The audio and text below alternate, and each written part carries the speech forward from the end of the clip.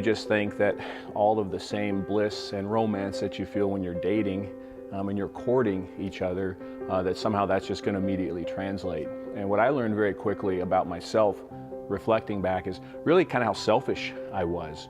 Not so much intentionally, but I was always focused on my work.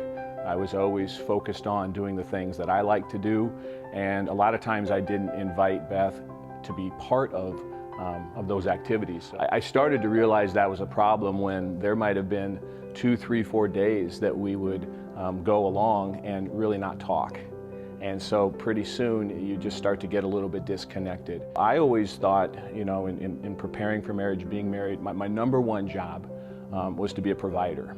And not having my father in that role really pushed me to provide. And that's an important role for a husband. But I was so consumed with that a lot of times I forgot who I was providing for. And so work really became an idol for me. And I put in lots of hours preparing and studying and working toward different goals. But all along, there was a lot of stress that came with that. And I think a lot of men will resonate with that we get driven by our work. It's a big part of our identity. And so we place a lot of importance on that. And sometimes we place so much importance on that we forget who we're working for and why we're working. There were periods or seasons in our marriage where I was just distracted and overly busy, and that impacted our ability to have conversations. That impacted my ability to have regular affection. I used to think that if I could just show up on certain moments, I take care of Valentine's Day or I take care of Mother's Day, that will be enough. But what Beth was really craves is just that day-to-day interaction. And I'll never forget when she said this, but Jeff, I just want to know that I'm needed, that I matter.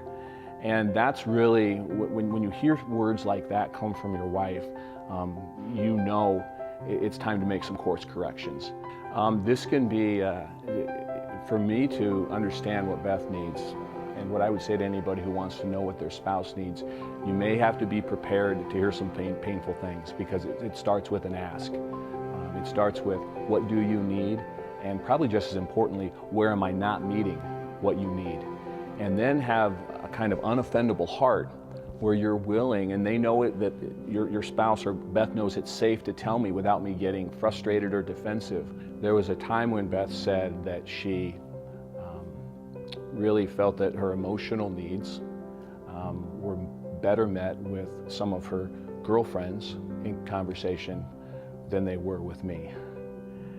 And so that really has led me to be challenged with, as important it is for her to have close relationships with other women. And we have lots of friends, mutual friends together.